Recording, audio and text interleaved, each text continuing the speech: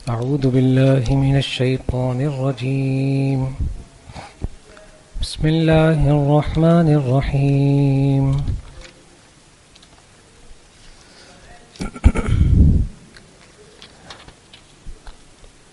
الحمد لله الذي أنزل على عبده الكتاب ولم يجعل له عوجا قيما لينذر بأسا شديدا من لدنه ويبشر المؤمنين الذين يعملون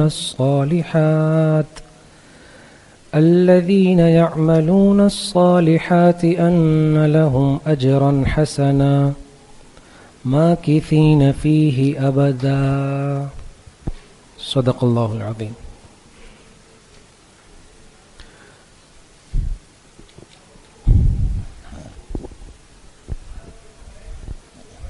قرآن کریم کی تفسیر سیکھنے اور سمجھنے کے لیے یہ 25 روزہ دورہ الحمدللہ آج سے شروع ہو رہا ہے، جس کی افتتاحی تقریب کل تھی. سب سے پہلے تو چونکہ یہ دین اور شریعت کا ایک بہت اہم شعبہ ہے، صحت میں، علم و عمل میں برکتیں عطا فرمائے. جس ترتیب اور طرز پر آپ دورہ تفسیر پڑھیں گے اور جو طرز و تفسیر کا طریقہ سب سے زیادہ آسان اور یاد رکھنے میں سب سے زیادہ مفید ہے، وہ ہے حضرت استاد صاحب کا طریقہ. اس میں یہ ہے کہ ہر آیت کے ساتھ آپ کو ایک عنوان بتایا جائے گا. ایک عنوان بتا دیں گے کہ اس پوری آیت کا اگر خلاصہ ایک لفظ میں نکالنا ہے تو وہ کیا ہوگا، اسے ہم کہیں گے عنوان. تو آیت کی شروع میں آپ وہ لفظ لکھ لیں گے اور پوری آیت آپ کو ایک لمحے میں سمجھ میں آ جائے گی. اب اس کا فائدہ یہ ہوگا کہ اب آپ کو کسی کو کوئی آیت سمجھانی ہے تو اب آپ کو پوری لمبی کہانی سنانے کی ضرورت نہیں پڑے گی، صرف آپ ایک لفظ میں اس کو بات سمجھا سکتے ہیں. جیسے حضرت استاد صاحب نے آپ کو مثال دی، نحو کی مثال دی، کہ کتاب کو اگر کوئی آپ کے ہاتھ میں کوئی کتاب دیکھے اور پوچھے یہ کون سی کتاب ہے، تو آپ ظاہر سی بات ہے نا، وہ 200 صفحوں کی کتاب ہے، آپ کیسے سمجھائیں گے اس کو؟ فرمایا ایک لفظ میں سمجھائیں گے. کس طرح؟ کہہ کر کہ یہ نحو کی کتاب ہے. بس وہ پوری بات سمجھ گیا کہ نحو میں کیا ہوتا ہے، باقی سب چیزیں وہ آگے. خیر، تو آپ جس ترتیب اور طریقے سے اس تفسیر قرآن کریم کو سیکھیں گے اور سمجھیں گے، وہ طریقہ کن کا ہے جی؟ حضرت مولانا منظور احمد نعمانی صاحب دامت برکاتہم کا ہے. انشاءاللہ اسی طرز پر ہم تفسیر پڑھیں گے. ابتدا میں کچھ اہم باتیں ہیں تفسیر سے متعلق، وہ بیان کر دیتے ہیں.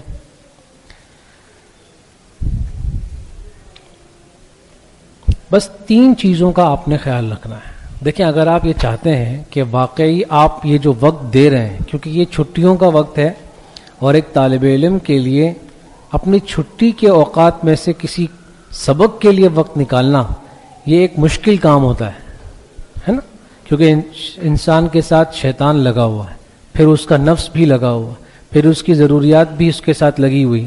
یہ سب چیزیں جب ایک ساتھ اس کی مخالفت میں اس کو لے کر جا رہی ہیں، اور ان سب چیزوں سے مقابلہ کرتے ہوئے اپنے سبق کے لیے وقت نکالنا یہ واقعی ایک مشکل کام ہے. ٹھیک ہے، لیکن اگر آپ چاہتے ہیں کہ یہ جو وقت آپ نکال رہے ہیں اتنی قربانی دے کر، وہ آپ کے لیے کارآمد بھی ہو، صرف ان 25 دنوں میں نہیں بلکہ آپ کی ساری زندگی کے لیے کارآمد ہو، تو 3 باتوں کا آپ نے خیال رکھنا ہے. پہلی بات، قرآن کریم کی عظمت اور قرآن کریم کی تعظیم آپ کے دل میں بیٹھی ہوئی ہو. یعنی جب آپ قرآن کریم کو دیکھیں، قرآن کریم کو پڑھیں یا قرآن کریم کو ہاتھوں میں لیں، تب آپ کے دل میں یہ خیال آئے کہ میں اس وقت کائنات کی سب سے عظیم الشان کتاب کے ساتھ ہوں. جب تک قرآن کریم کی تعظیم آپ کے دل میں نہیں آئے گی، کبھی بھی اس کا ایک لفظ آپ کے فہم میں، آپ کے دل میں نہیں اتر سکتا. حدیث مبارکہ میں آتا ہے کہ جناب نبی کریم صلی اللہ علیہ وسلم نے ارشاد فرمایا، قیامت کے قریب ایسے لوگ آئیں گے کہ وہ بہت اچھا قرآن کریم پڑھتے ہوں گے، لیکن قرآن ان کے حلق سے نیچے نہیں اترے گا. وجہ کیا ہو سکتی ہے اس کی؟ یہی وجہ ہو سکتی ہے کہ اس قرآن کریم کی جو تعظیم اور جو اس کا منصب و مقام و مرتبہ ہے، جب دل اس سے خالی ہوگا تو کبھی بھی اللہ تعالیٰ کا یہ کلام انسان کے دل میں نہیں آ سکتا. تو سب سے پہلی چیز آپ نے کیا کرنی ہے جی؟ تعظیم قرآن اپنے دل میں بٹھانا ہے. دوسری چیز پاکی کا خیال رکھنا ہے. ظاہراً کریم کو سمجھنے اور سیکھنے میں خود اللہ تعالیٰ آپ کی مدد فرمائیں گے انشاءاللہ. ٹھیک ہے جی. اب آپ آ جائیں قرآن کریم کی تفسیر سے متعلق ایک اہم بات کی طرف. وہ کیا ہے؟ وہ ہے اصطلاحات. اصطلاحات انکار کرنے والے ہیں. بعض مرتبہ انکار کرنے کے پیچھے کوئی وجہ ہوتی ہے. بعض مرتبہ دل صاف ہوتا ہے لیکن عقل میں بعض باتیں نہیں آتی. میں کیسے مان لوں؟ ان کی کچھ شکایت ہوتی ہے. اچھا، یہ بعض مرتبہ شکایت غلط بھی ہو سکتی ہے، میں نہیں مانتا بس ضد کی وجہ سے. بعض مرتبہ شکایت صحیح بھی ہو سکتی ہے کہ بس مجھے آپ یہ مسئلہ حل کر دے تو میں مان لوں. وہ بھی آپ کے سامنے قرآن کریم میں آئیں گی. نمبر 4 تخویفات. تخویفات یہ خوف سے ہے. خوف کے معنی ہوتے ہیں ڈرنا، اور یہ تو تخویف ہے نا باب تفعیل سے، اس کے معنی ہے ڈرانا. سمجھ گئے؟ یعنی قرآن کریم میں کچھ آیتیں ایسی آئیں گی جن میں اللہ پاک ڈرائیں گے، کیونکہ بعض مرتبہ لوگ پیار سے سمجھ جاتے ہیں، بعض مرتبہ لوگوں کو ہلکا سا ڈرانا پڑتا ہے سمجھانے کے لیے. سمجھ گئے؟ نمبر 5 تنبیہات. تنبیہات کا معنی ہے تنبیہ کی جمع ہے. تنبیہ کا معنی ہے کسی بات کی طرف متوجہ کرنا، کسی بات کی طرف متوجہ کرنا. اور نمبر 6 ہے تسلیات. تسلی کی جمع ہے. جب انسان کسی مشکل مسئلے میں پھنس جائے یا پریشانی میں آ جائے یا بڑا دکھی ہو، اس کی دلجوئی اور حوصلہ افزائی کے لیے کوئی کلمہ، کوئی جملہ، یہ تسلی کہلاتا ہے. سمجھ گئے؟ قرآن کریم میں کئی آیات میں آپ کو تسلی بھی ملے گی. نمبر 7 ازالہ شبہات. بہت سارے جو غیر مسلم ہیں یا بعض مرتبہ جو مسلم ہیں، کسی بھی اعتبار سے کسی کو کوئی شبہ ہو سکتا ہے. میں پورے دین اسلام کو تو شخص مانتا ہے، ایک چیز میں شبہ آتا ہے، بس مجھے کوئی وضاحت کر دے تو بالکل میں اچھے دل سے تسلیم کر لوں. اس کو کہتے ہیں شبہ. قرآن کریم میں کئی مواقع ایسے آئیں گے کئی آیاتیں ایسی ہوں گی جن میں ان شبہات کو ختم کیا جائے گا. ازالے کا معنی ختم کرنا. ازالہ شبہات کے معنی کیا ہوں گے جی؟ کوئی شبہ ہو تو اس شبہ کو ختم کرنا. یہ 7 سلاسل ہیں. سلاسل کا معنی یہ ہوتے ہیں کہ بہت ساری چیزیں مل کر ایک آپ سلسلہ، اصل میں عربی میں کہتے ہیں زنجیر کو. زنجیر سمجھتے ہیں نا؟ کڑا کڑا مل کر ایک لمبی سی زنجیر بنتی ہے. تو ایک کڑے کے ساتھ دوسرا کڑا ملا ہوا ہے، پھر تیسرا کڑا ملا ہوا ہے، پھر چوتھا کڑا ملا ہوا ہے. اسی طرح یہ جو آپ کو بیان کیا مثلا دعاوی، تو دعاوی کے اندر کیا ہوگا؟ ایک دعویٰ ہے، پھر تھوڑی دیر کے بعد ایک اور دعویٰ ہے، پھر ایک اور دعویٰ. اس طرح یہ سارے مل کر ایک سلسلہ ہے، ایک زنجیر بنی ہوئی ہے. اس لیے اس کو کہا ہے سلاسل 7. سمجھ گئے آپ لوگ؟ اچھا جی، تو پہلا سلسلہ اولا. اب یہ اسی آپ کو جو اصطلاحات بیان کی ہیں ان کی تفسیر یہ خود کریں گے. آپ دیکھیں تو سلسلہ اولا یعنی پہلا سلسلہ کون سا تھا؟ کوشش کریں نا کہ آپ میرا ساتھ پڑھتے بھی رہیں. جیسے میں آپ کو پوچھوں تو آپ فوراً جواب بھی دیں. اس کے 2 فائدے ہوں گے. نمبر 1 آپ کو بات جلدی سمجھ میں آئیں گی. نمبر 2 آپ کی آنکھیں اور دماغ کھلے رہیں گے، ورنہ تھوڑی دیر کے بعد خراٹوں کی آواز آ جائے گی کہیں سے، تو یہ تفسیر کے بالکل ادب کے خلاف. ٹھیک ہے جی؟ نہیں آئے گی انشاءاللہ، آپ کو مزہ آئے گا. اس سلسلے میں اصول اربعہ کے معنی 4 بنیادی باتیں. اصول معنی بنیاد کو کہتے ہیں. 4 بنیادی باتیں وہ کون سی ہیں؟ یعنی توحید، رسالت، صداقت قرآن اور قیامت. بیٹھے. ٹھیک ہے؟ ان 4 باتوں کو بطور دعویٰ کے پیش کیا جاتا ہے. قرآن کریم میں 4 دعوے بار بار کیے جائیں گے. جب بھی آپ پڑھیں گے نا کہ یہ دعویٰ ہے تو آپ کو خود بخود سمجھ میں آ جائے گا کہ ان 4 میں سے کسی ایک کی بات ہو رہی ہے. یا تو قرآن کریم کے دعوے میں توحید کا دعویٰ ہوگا، اللہ ایک ہے، اللہ کے علاوہ کوئی ہے ہی نہیں. یا پھر وہ رسالت کا دعویٰ ہوگا کہ رسول اللہ صلی اللہ علیہ وسلم اللہ کے رسول ہیں، یا وہ صداقت قرآن کا دعویٰ ہوگا کہ قرآن کریم اللہ کی طرف سے آئی ہوئی کتاب ہے، یا پھر وہ قیامت کا دعویٰ ہوگا کہ ایک دن قیامت کا آنے والا ہے۔ دعوے جب بھی آپ کے سامنے آئے گا کسی آیت کے ذیل میں، تب آپ سمجھ جائیں گے کہ ان چاروں میں سے کوئی ایک بات ہو رہی ہے، ٹھیک ہے؟ جیسے مثال دے رہے ہیں اب آپ کو سمجھانے کے لیے، الحمدللہ قرآن کریم کی شروعات کہاں سے ہو رہی ہے؟ الحمدللہ سے۔ اس الحمدللہ میں ہی دعوی توحید ہے، سب کی سب تعریفیں صرف اللہ کے لیے۔ تو یہ جو صرف کا لفظ آیا، یہ کیا سمجھا رہا ہے؟ ایک اللہ کو۔ سمجھ رہے ہیں آپ بات؟ اچھا دیکھیں، دعوے کا مطلب یہ نہیں ہے کہ اس میں لکھا ہوگا کہ اللہ ایک ہے، آپ کو اس میں سے بات سمجھ میں آئے گی، سمجھ رہے ہیں؟ جیسے ابھی الحمدللہ کا ترجمہ کیا ہے؟ سب کی سب تعریف اللہ کے لیے ہے، اس میں توحید کیسے ثابت کریں گے آپ؟ اب آپ سوچیں گے، لفظ سے تو سمجھ میں نہیں آ رہا نا، آپ سوچیں گے جب سب کی سب تعریف صرف اللہ کے لیے ہے تو اس کا معنی کسی اور کے لیے نہیں ہے نا؟ تعریف ہونے میں اللہ کی ذات کیا ہے؟ ایک ہے، تو توحید سمجھ میں آ گئی۔ آئی سمجھ میں؟ چلیں، ذالک الکتاب لا ریب فیہ، سورہ بقرہ کی ہی دوسری آیت ہے، ذالک الکتاب لا ریب فیہ، کہ یہ جو کتاب ہے لا ریب فیہ، اس میں کوئی شک نہیں ہے۔ اس سے کیا سمجھ میں آیا؟ صداقت قرآن، کہ یہ کتاب اللہ پاک کی طرف سے ہے، اسی لیے اس میں کوئی شک نہیں ہے۔ اچھا جی، سمجھ گئے آپ لوگ؟ آگے دیکھیں، یاسین والقرآن الحکیم انک لمن المرسلین، یہ سورہ یاسین کی 3 آیتیں ہیں، اور اس میں اس بات رسالت ہے۔ اس میں کیا ثابت کیا جا رہا ہے؟ ہاں دیکھیں کیسے ثابت ہو رہا ہے، انک لمن المرسلین، کہ بے شک آپ رسولوں میں سے ہیں۔ اس سے سمجھ میں آ گیا رسالت، آئی سمجھ میں؟ قرآن کریم کو جب آپ سنتے رہیں گے نا غور سے، ایک ایک بات جب آپ کے سامنے کھلے گی نا، تب آپ کو مزہ آنے لگے گا انشاءاللہ۔ دیکھیں، اور کذالک یحیی اللہ الموتى، اسی طرح اللہ زندہ کریں گے مردوں کو۔ کیا سمجھ میں آیا؟ قیامت۔ کب زندہ کریں گے؟ قیامت کے دن۔ تو قرآن کریم کی کسی بھی آیت کے ذیل میں اگر ہم نے آپ سے کہا کہ یہ دعویٰ ہے، تب آپ کو یہ بات بھی سمجھ میں آ جائے گی کہ ان چاروں میں سے کوئی ایک ہے، اور جوڑنا بہت آسان ہوگا، آپ خود سمجھ جائیں گے انشاءاللہ۔ ٹھیک ہے جی، یہ تو ہو گیا پہلا سلسلہ۔ دوسرا سلسلہ کیا ہے؟ سلسلہ ثانیہ دلائل۔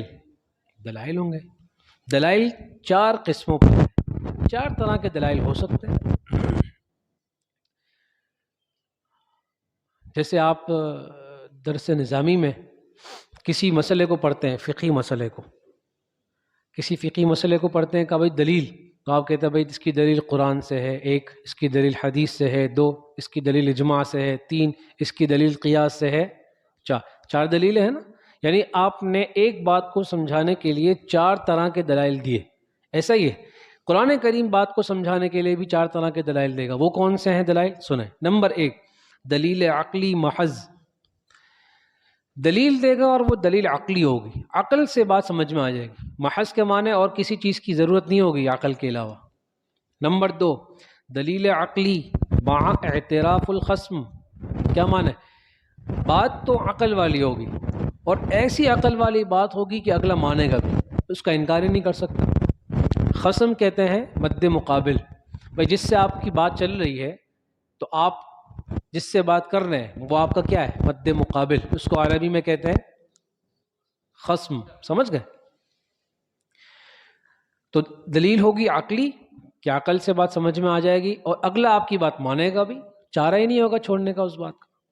اور تیسری ہے دلیل نقلی، نقل سے یہ بات سمجھ میں آئے گی۔ نقل کا معنی یہ ہے بھائی یہ بات تورات میں لکھی ہوئی ہے، تم کو ماننا پڑے گا، نقل میں ہے نا جی، ہم آپ کو کوئی عقلی بات نہیں کر رہے۔ آپ تورات کو ماننے والے ہیں، یا آپ انجیل کو ماننے والے ہیں، یا آپ زبور کو ماننے والے ہیں، میں سمجھانے کے لیے مثال دے رہا ہوں، تو اس میں بھی یہ لکھا ہے، سمجھ گیا؟ حالانکہ ہو سکتا ہے عقل میں وہ بات نہ آئے، لیکن وہ چونکہ نقل ہوتا ہوا آ رہا ہے تو پھر اس کو بات ماننی پڑے گی۔ اور نمبر 4 ہوگا دلیل وحی، اللہ پاک نے فرما دیا، بات ختم۔ سمجھ گئے؟ اچھا جی، یہ تو ہو گیا آپ کے سامنے 4 طرح کے دلائل۔ پھر یہ جو دلیل عقلی بیان کی نا، یہ 2 طرح کی ہو سکتی ہے۔ نمبر 1 دلیل انفسی، انفسی کا معنی انسان کا اپنا نفس، تمہارے عقل میں کیا بات آ سکتی ہے جس کو تم جانتے ہو؟ اپنے اندر کی باتیں، انسان کا اپنا جسم، ظاہری جسم مراد ہے. اور دوسری قسم ہے دلیل آفاقی، جسم سے باہر کی سب چیزیں آفاقی کہلاتی.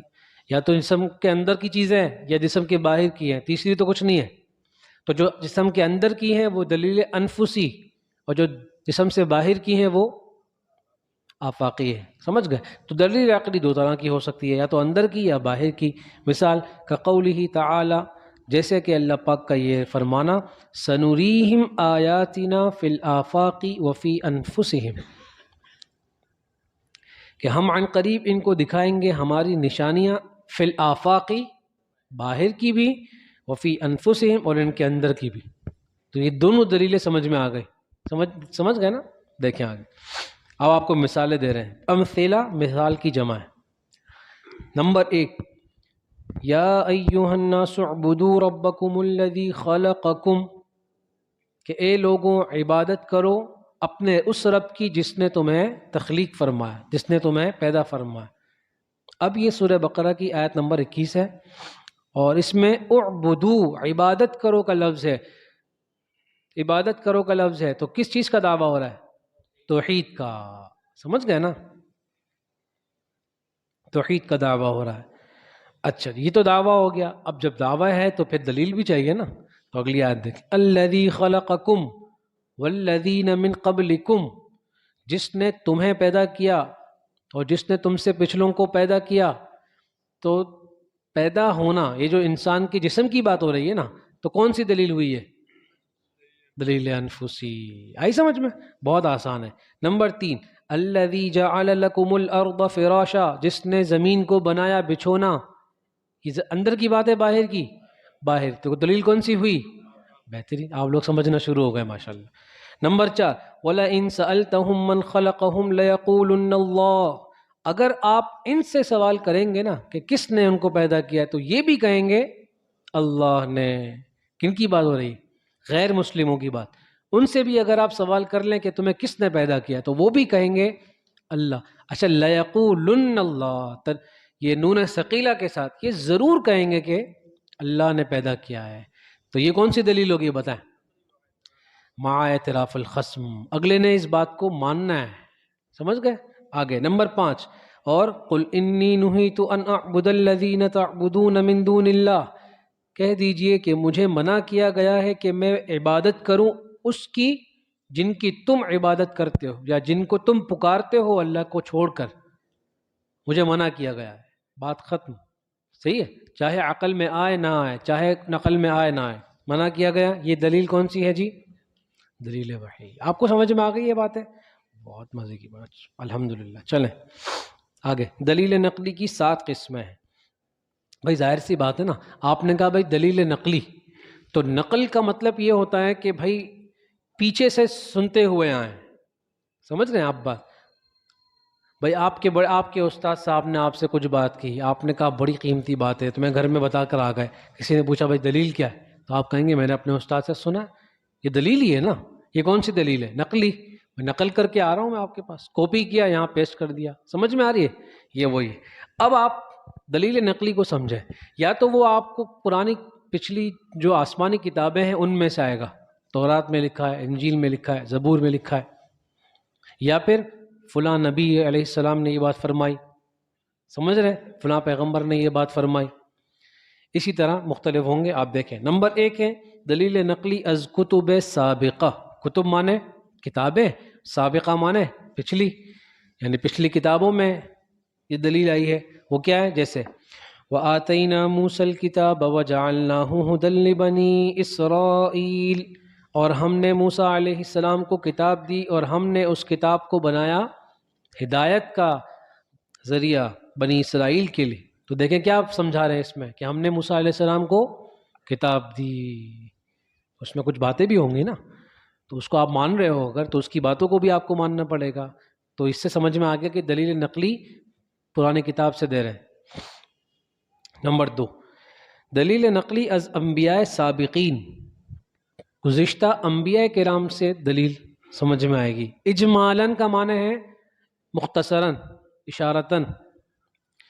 جیسے وما ارسلنا من قبلك من رسول الا نوحي الیہ انہ لا الہ الا انا فاعبدون، اور ہم نے آپ سے پہلے نہیں بھیجا کسی رسول کو مگر ہم نے ان کی طرف یہی وحی کی کہ بے شک سوائے اللہ کہ بے شک لا الہ کوئی معبود نہیں ہے الا انا سوائے میرے، فاعبدون پس میری عبادت کرو۔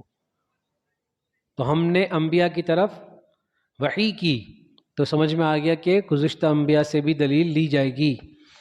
تیسری دلیل نقلی از انبیاء سابقین تفصیلاً، تفصیل سے بات آئے گی، جیسے وذکر فی الکتاب ابراہیم۔ اب یہ دلیل نقلی از ابراہیم علیہ السلام کہ ہم نے وذکر فی الکتاب ابراہیم، یاد کیجئے کتاب میں ابراہیم علیہ السلام کا واقعہ۔ اب پورا واقعہ بیان ہوگا، پوری حضرت ابراہیم علیہ السلام کا قصہ سنایا جائے گا۔ یہ دلیل نقلی از انبیاء سابقین تفصیلاً۔ نمبر 4 دلیل نقلی از علماء اہل کتاب، جو اہل کتاب کے صحیح علماء تھے ان سے دلیل نقلی، جیسے الذین آتیناہم الکتاب یتلونہ حق تلاوتہ، وہ لوگ جن کو ہم نے کتاب دی اور وہ اس کتاب کی تلاوت کرتے تھے اس کا حق ادا کر کے، اولئک یؤمنون بہ، اور وہ اس پر ایمان لانے والے بھی تھے، یعنی ان کی بھی بات مانی جائے گی۔ آگے دلیل نقلی از جنات، جنات کی بھی دلیل نقلی، ان سے بھی دلیل نقلی ہو سکتی ہے، جیسے قل اوحی الی انہ استمع نفر من الجن فقالوا انا سمعنا قرآنا عجبا، کہ کہہ دیجئے کہ وحی کی گئی ہے میری طرف، کس بات کی؟ اس بات کی کہ جنوں میں سے ایک جماعت نے بڑے غور سے سنا قرآن کریم کو، مفعول معذوف، قرآن کریم کو بڑے غور سے سنا، فقالو پھر کہنے لگے، انا سمعنا، اپنی جماعت میں جا کر کیا کہنے لگے کہ بے شک ہم نے سنی ہے قرآناً، ایک ایسی پڑھی جانے والی چیز، عجباً جو بڑی تعجب والی۔ قرآن کے اصل معنی کیا ہوتا ہے؟ پڑھی جانے والی چیز۔ ابھی کرتے ہیں بات آگے۔ دلیل نقلی از ملائکہ، جیسے یعنی فرشتوں سے دلیل نقلی، ٹھیک ہے، شہید اللہ انہ لا الہ الا ہو والملائکۃ واولو العلم قائما بالقسط، اللہ پاک نے گواہی دی اس بات کی، یعنی اللہ پاک نے واضح کر دیا، کھول کر بیان کر دیا اس بات کو کہ لا الہ کوئی معبود نہیں الا ہو سوائے اس کے، کوئی معبود نہیں، والملائکۃ اور جو فرشتے ہیں، واولو العلم اور جو علم والے ہیں، قائما بالقسط وہ انصاف کے ساتھ اس بات پر قائم ہے، سمجھ رہے ہیں؟ تو فرشتوں کی بھی بات کا اعتبار ہے، اس کو دلیل نقلی از ملائکہ کہتے ہیں۔ نمبر 7 دلیل نقلی از طیور، پرندوں سے بھی دلیل نقلی، ایسا بھی ہے کہ قرآن کریم میں کوئی دلیل ذکر ہے اور اس میں پرندے کا ذکر ہے کہ اس نے کوئی بات کی ہے اور اس کو بھی مانا گیا ہے، جیسے آگے آیت کریمہ دیکھیں، اللہ یسجدوا للہ الذی یخرج الخبأ فی السماوات والارض ویعلم ما تخفون وما تعلنون، یہ پرندے کی بات ہے، اللہ پاک نے اس کو بھی نقل کیا ہے، تو دلیل نقلی از طیور ہو گیا۔ آگے چلیں، تیسرا سلسلہ ہے شکایات منکرین، شاباش، دیکھیں شکایات، شکوہ، سوال، وہی تو شکوے کی ابتدا اکثر قول سے ہوگی، کیا معنی ہے بھائی؟ جب آپ کے سامنے آیت آئے گی نا جس میں لکھا ہوگا بھائی شکوہ ہے اس میں، تو شکوے کا مطلب یہ ہوگا کہ اس نے کوئی بات کی ہے اور وہ بات شکوہ ہے نا، تو ہم جب لکھیں گے نا اس کو آیت میں تو ہم لکھیں گے قول، یہ اس کی بات ہے، پھر آگے اس کا جواب دیکھیں۔ اور کبھی شکوے کے ساتھ جواب شکوہ بھی ہوگا، کبھی ایسا ہوگا کہ ہم صرف کہیں گے کہ یہ اس نے شکوہ کیا ہے، اور کبھی ایسا ہوگا کہ قرآن کریم میں اس کے شکوے کے بعد جواب شکوہ بھی ہوگا کہ اس نے یہ شکوہ کیا لیکن اس شکوے کا جواب یہ ہے، جیسے وَيَقُولُونَ مَتَى هَذَا الْوَعْدُ إِن كُنتُمْ صَادِقِينَ، اچھا جی، وہ لوگ کہتے ہیں کہ کب یہ وعدہ پورا ہوگا قیامت کا اگر تم سچے ہو، تو قُلْ إِنَّمَا الْعِلْمُ عِندَ اللَّهِ، کہہ دیجئے کہ بس بے شک اس کا علم تو اللہ کے پاس، یہ اس کا جواب دے دو، اس کو چپ کرا دو، بس ختم. سمجھ گئے؟ بعض مرتبہ شکایت یا شکوہ ایسا ہوتا ہے جو اتنی اہمیت ہی نہیں رکھتا کہ اس کو ہم زیادہ لفٹ کرائیں، تو اس کا کوئی جواب بھی نہیں ذکر کرتے اللہ پاک. اتنی سیدھی سادی بات تمہیں سمجھ میں نہیں آ رہی، اس کا مطلب گڑبڑ کہیں اور ہے، اس لیے اللہ پاک جواب نہیں دیتے. بعض مرتبہ اللہ پاک جواب بھی دے دیتے. بادشاہ ذات ہے، جو چاہے کر سکتی ہے. آگے آ جائیں. سلسلہ رابعہ، چوتھا سلسلہ تخویفات. تخویف کا معنی کیا تھے؟ ڈرانا. جی شاباش. بس دونوں کی مثال ہے. اچھا جی، تخویف دو طرح کی ہے، یا تو تخویف دنیاوی ہوگا یا تخویف اخروی ہوگا. سمجھتے ہیں؟ یعنی ڈرایا جائے گا کسی دنیاوی چیز سے. اگر تم نے بات نہیں مانی تو یہ پہاڑ تم پہ گرا دیں گے، اگر تم نے بات نہیں مانی تو دنیا میں ذلیل ہو جاؤ. یہ دنیاوی کسی بات سے ڈرایا جا رہا ہے. اچھا کبھی ہوگا اگر تم نے بات نہیں مانی تو جہنم میں جاؤ گے، یہ آخرت سے ہے نا. تو تخویف دنیاوی ہے یا تخویف اخروی ہے. دونوں کی مثالیں بھی سنیں. تخویف دنیاوی کی مثال جیسے قل للذین کفروا ستغلبون، کہہ دیجئے ان لوگوں سے جنہوں نے کفر کیا، یعنی کافروں سے کہہ دیجئے کیا؟ ستغلبون، تم عن قریب ہار جاؤ گے، جنگ ہوگی اور تم، تو ڈرایا جا رہا ہے دنیاوی چیز سے. دوسری مثال تخویف اخروی جیسے وتحشرون، وتحشرون الی جہنم، تم سب کو جمع کیا جائے گا جہنم کی طرف. تو یہ آخرت کی چیز سے ڈرایا جا رہا ہے. اچھا ایک ہے ڈرانا، تو ڈرانے کے مقابلے میں کیا آتا ہے؟ خوشخبری دینا. اس کو عربی میں کیا کہتے ہیں؟ بشارت. سمجھ گئے؟ تو کہیں آئے گا تخویف کہ ڈرایا جا رہا ہے یہاں پر، اور کہیں آئے گا بشارت، خوشخبری دی جا رہی ہے. دیکھیں پانچواں سلسلہ، سلسلہ خامسہ تنبیہات. تنبیہات.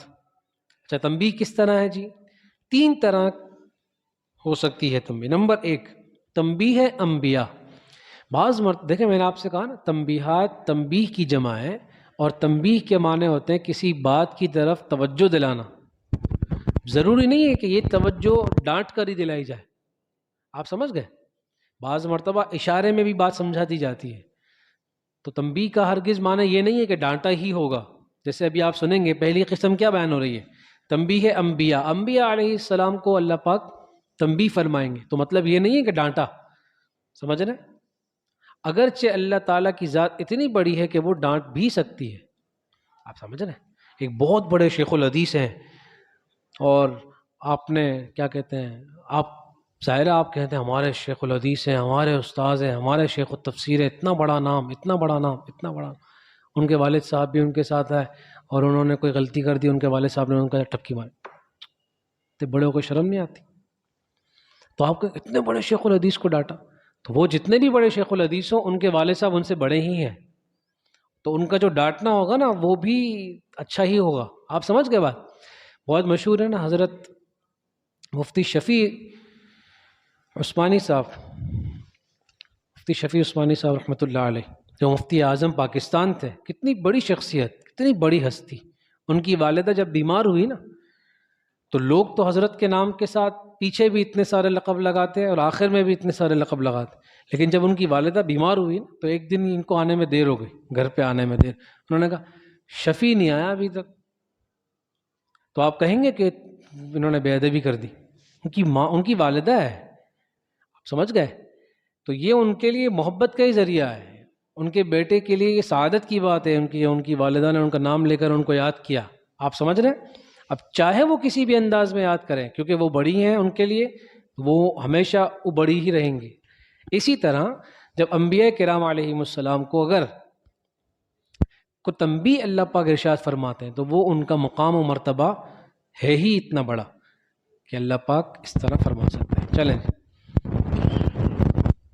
تنبیہ ہے انبیاء علیہم السلام، انبیاء کرام علیہم السلام کو بھی تنبیہ. جیسے نوح علیہ السلام کو فرمایا گیا فلا تسألنی ما لیس لک بہ علم، مت پوچھئے مجھ سے اس چیز کے بارے میں جس کا آپ کو نہیں پتہ. بس تنبیہ کر، مت پوچھیں، ختم. حضرت نوح علیہ السلام نے اپنے بیٹے کے بارے میں فریاد کی نا کہ یا اللہ میرا بیٹا، تو آپ نے فرمایا تھا کہ آپ میرے گھر والوں کو آپ وہ نہیں کریں گے، میرا بیٹا تو میرے گھر والوں میں شامل ہے. تو اللہ نے فرمایا یہ آپ کے گھر والوں میں شامل نہیں ہے. کچھ دلیل نہیں دی، کچھ بات سمجھائی نہیں، بس اشارہ کر دیا. مت پوچھے اس چیز کے بارے میں جس کا آپ کو علم نہیں پتا، تو مت پوچھے، بس سمجھ تنبیہ ہو. اور جیسے خاتم الانبیاء حضرت محمد صلی اللہ علیہ وسلم سے فرمایا گیا، کیا فرمایا گیا؟ عفا اللہ عنک لما اذنت لہ. ٹھیک، اللہ تعالیٰ نے آپ کے اس عمل سے صرف نظر کر لیا، لیکن آپ نے کیوں ان کو معاف کیا؟ سوال کیا جا رہا ہے. پیچھے رہ گئے تو جب غزوہ احزاب سے واپسی ہوئی تو اللہ اپنا عذر پیش کرا، یہ مسئلہ تھا گھر میں، اس لیے نہیں آ سکتا، یہ مسئلہ تھا اس لیے نہیں آ سکتا. اور علیہ السلام زیادہ بات سنتے نہیں، اس طرح نہیں ہے، زیادہ بات صرف بات ان سے کی جن سے آپ علیہ السلام کا تعلق تم کیوں نہیں ہے. یہ صحابہ کرام جو مشہور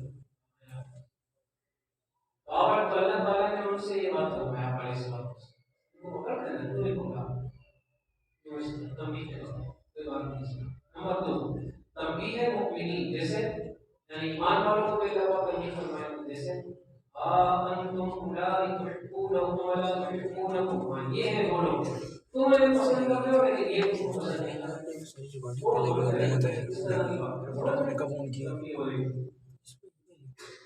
نمبر 3 ایک تو یہ ہے نا کہ اپنے والوں کو ڈانٹنا یا اپنے والوں سے بات کرنا، اپنے والوں کو ایک ہے کسی باہر والے کو، کسی بدماش کو، کسی برے آدمی آگے سے دوبارہ شروع ہوئی لیکن اس میں پیار نہیں رہتا ہے. باہر والا لوگوں میں جتنا بھی اچھا ہو وہ ڈانٹنا ہی ہوتا ہے. آپ سمجھ رہے ہیں؟ کسی نے آپ کو گالی دی لیکن آپ کہہ رہے ہیں کہ میں صبر کا دامن نہیں چھوڑوں گا اور میں اس سے تمیز سے ہی بات کروں گا. آپ اسے تمیز سے بات کر رہے ہیں لیکن دل میں بھی تمیز ہے، یعنی دل میں بھی آپ اس سے محبت کر رہے ہیں. نہیں، دل میں نفرت آ رہی ہے، میں آپ کو گالی کیسے دے دوں، میں آپ کی گالی کیسے دے دوں، لیکن آپ چونکہ لڑائی نہ کریں، جھگڑا نہ ہو، آپ تمیز سے بات کریں. اس کا یہ مطلب نہیں ہے کہ آپ کے دل میں بھی اس کے لیے کوئی ادب ہے، احترام ہے. آپ سمجھ رہے ہیں؟ تو جب اللہ پاک کانفیڈنٹ کو تبدیل کریں گے نا تو وہ ڈانٹ، وہ ہوگی اصل ڈانٹ، اس کو زجر سے تعبیر کریں. زجر آپ کے سامنے آئے گا، زجر تو مطلب ہوگا کہ کسی منکر کافر اور غیر مسلم کو اللہ تعالیٰ کیا کر رہے ہیں؟ ڈانٹ. جیسے ارأیت الذی ینہا عبدا اذا صلی، آپ نے دیکھا اس آدمی کو جو روک رہا تھا ایک بندے کو نماز پڑھنے سے. ابو جہل کے بارے میں بات ہوئی، یہ ابو جہل کو زجر ڈانٹ رہا ہے. بجا دیا آپ کو آگے چھٹا سلسلہ سادسہ تسلیات. اب تسلی یہ 2 قسم پر ہے. ایک ہے تسلی انبیاء علیہ السلام. میں نے آپ سے عرض کیا تسلی کا معنی کیا ہے؟ جب انسان کسی مشکل میں ہو، پریشانی میں ہو، ٹینشن میں ہو، اس کی دلجوئی کے لیے یا اس کی حوصلہ افزائی کے لیے کوئی جملہ، کوئی بات، بلکہ صرف کندھے پر ہاتھ پہ رکھتے ہیں اس کا پھر بھی اس کو تسلی ہو جائے. اس طرح تسلی ہے کہ قرآن کریم میں بھی اچھا بعض مرتبہ تسلی ہوگی انبیاء کرام علیہ السلام کے لیے، جیسے وَإِن يُكَذِّبُوكَ فَقَدْ كُذِّبَتْ رُسُلٌ مِّن قَبْلِكَ. اگر یہ کافر لوگ آپ کو جھٹلا رہے ہیں نا، آپ کی بات نہیں مان رہے، اتنا سمجھانے کے باوجود بھی آپ کی بات نہیں مان رہے، آپ پچھلے انبیاء کے ساتھ بھی اس طرح ہوئی ہے. اس کام میں تو اس طرح ہوتا ہے. آپ کے گھر میں نمبر 2 تسلی مومنین. کبھی ایمان والوں کو اللہ تعالیٰ تسلی دیں گے اس طرح جیسے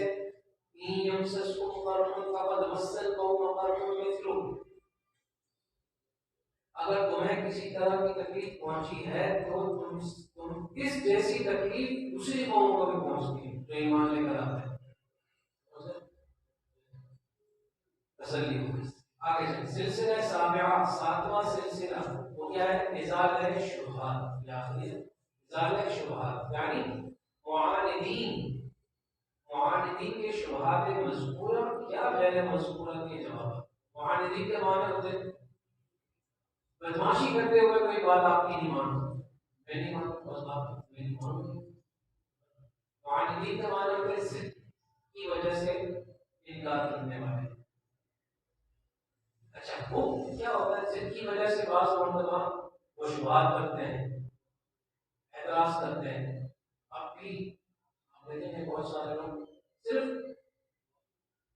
دل خراب کرنے کے لیے قرآن کریم میں کوئی غلطی نکالنے کی کوشش کرتے ہیں. حدیث مبارکہ میں علماء میں فقہاء میں اس طرح کے شبہات پیدا کرتے ہیں. خاص مقصد کچھ نہیں ہوتا سوائے اس کے جو چیز کا دل میں احترام قدر رکھتے ہیں ان کا دل خراب. وہ کہلاتے ہیں معاند. جس کی وجہ سے کوئی بات کر رہا ہے اگر ان کا دل خراب ہو جائے یہ ہے معاند. اچھا کبھی قرآن کریم میں ہم شبہات کو ذکر کریں گے پھر اس کو ختم کریں گے، کبھی ذکر نہیں کریں گے بغیر ذکر کے ختم کریں گے.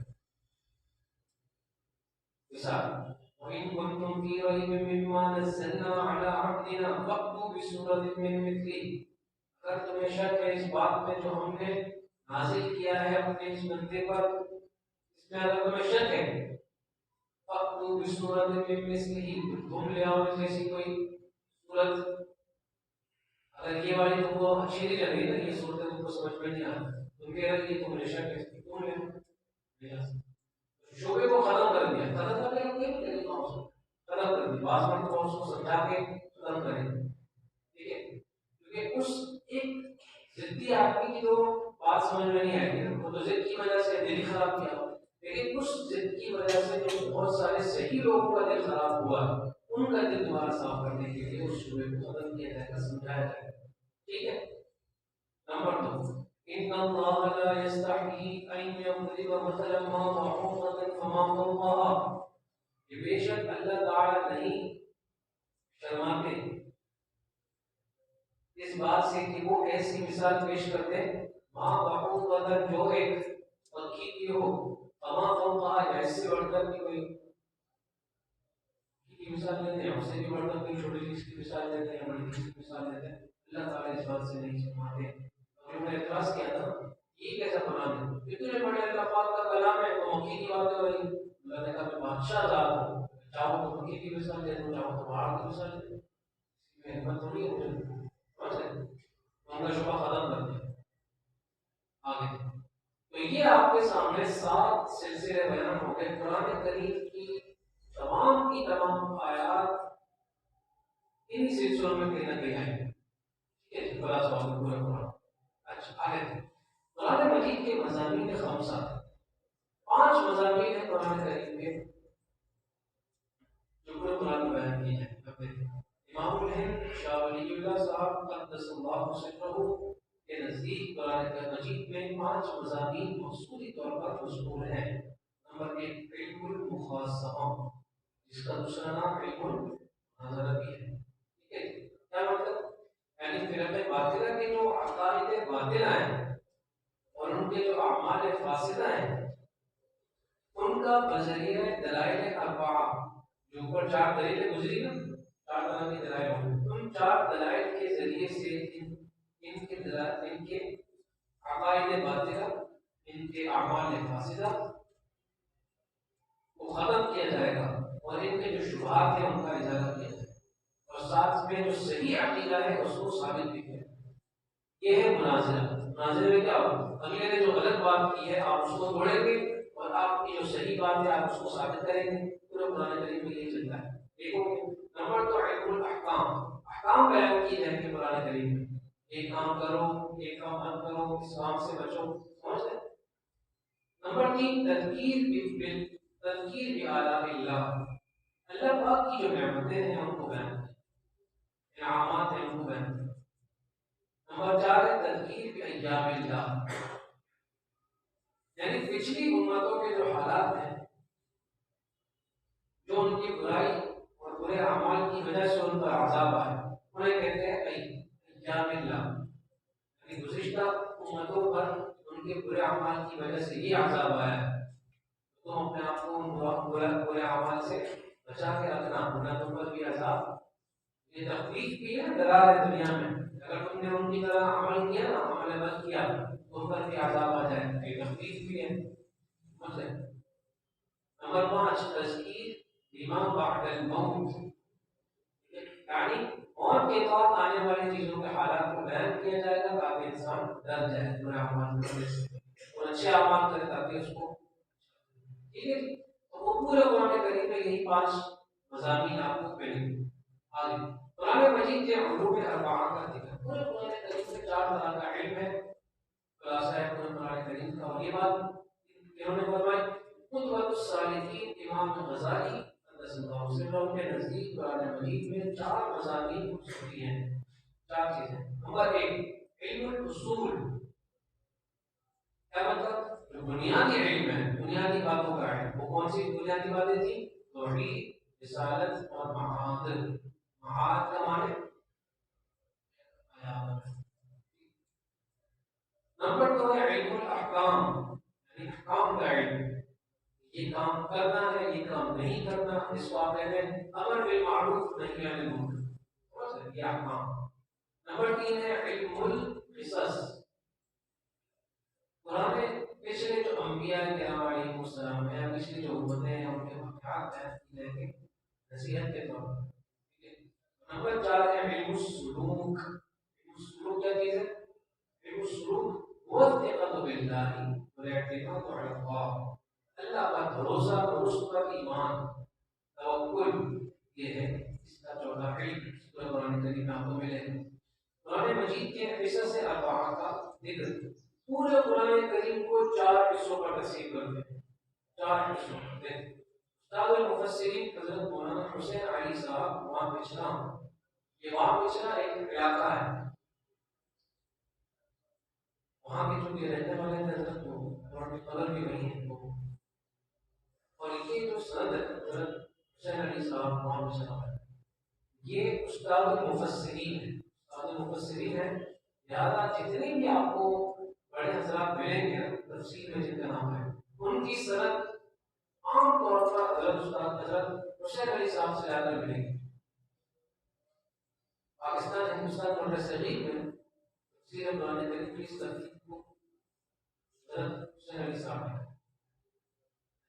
ان کے نزدیک مضامین کے اعتبار سے قرآن کریم کے 4 حصے، اور ہر حصہ الحمدللہ سے شروع ہوتا ہے. جیسے نمبر 1 پہلا حصہ ہے سورہ فاتحہ سے لے کر سورہ مائدہ کے آخر تک. ٹھیک ہے، دیکھیں شروع کہاں سے ہو رہا ہے؟ الحمدللہ سے سورہ فاتحہ. اس میں زیادہ تر خالقیت باری تعالیٰ کا، اللہ تعالیٰ کی ذات خالق ہے. سمجھ رہے؟ نمبر 2 دوسرا حصہ ہے سورہ انعام سے سورہ بنی اسرائیل تک. سورہ انعام بھی الحمدللہ سے شروع ہو رہی ہے.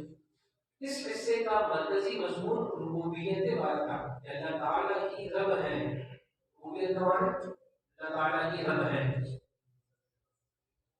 نمبر 3 تیسرا حصہ سورہ کہف سے ہے سورہ احزاب کے آخر تک، اور اس میں اکثر تصرف باری تعالیٰ کا ذکر ہے. ہر کام کو کرنے والی ذات اللہ کی ہے. جسے آپ کہتے ہیں نا سب اللہ سے ہوتا ہے، اللہ کے غیر سے نہیں ہوتا، اسے کہتے ہیں تصرف باری تعالیٰ. یہ اس سے بھی یہی بیان کیا جائے. نمبر 4 چوتھا حصہ سورہ سبا سے آخر قرآن مجید تک، اور اس میں بیشتر مالکیت باری تعالیٰ، اللہ تعالیٰ ہی ہر چیز کے مالک ہے، بیان کیا جائے گا. اور نفی شفاعت قہریہ بیان. نفی کے معنی کیا ہے؟ نفی کا معنی آپ سمجھتے ہیں، منع کیا جائے گا. شفاعت کے معنی ہے سفارش کرنا، اور قہریہ کے معنی ہے زبردستی. یعنی ایسا نہیں ہو سکتا کہ اللہ پاک کے سامنے کوئی بات کوئی یوں کہہ دے آپ کو تو اس کو معاف کرنا پڑے گا، ایسا نہیں ہو سکتا. اسے کہتے ہیں شفاعت قہریہ کی نفی. اللہ پاک منع کر دیتے ہیں ایسا کوئی ہے ہی نہیں جو مجھے مجبور کر سکے کہ میں فلانے کی بخشش کر دوں یا فلانے کی معافی کر دوں. اس کو کہتے ہیں نفی شفاعت. آگے قرآن مجید کے مضامین ستہ کا بیان، 6 مضامین قرآن کریم میں ہیں، ان کو بیان کر رہے ہیں. اور علامہ شبیر احمد عثمانی صاحب اللہ علیہ کے نزدیک قرآن مجید میں 6 مضامین بیان کیے گئے ہیں. نمبر 1 توحید، نمبر 2 رسالت، نمبر 3 کام، نمبر 4 قیامت، نمبر 5 ماننے والوں کے احوال، نمبر 6 نہ ماننے والے. پورے قرآن کریم میں آپ کو ہر جگہ آپ سمجھ نہیں سکتے.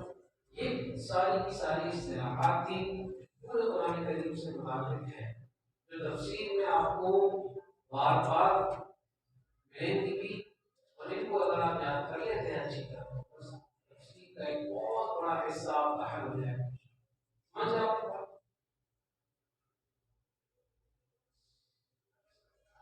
کل سے انشاءاللہ سورۃ الکہف کی شروعات کریں گے انشاءاللہ.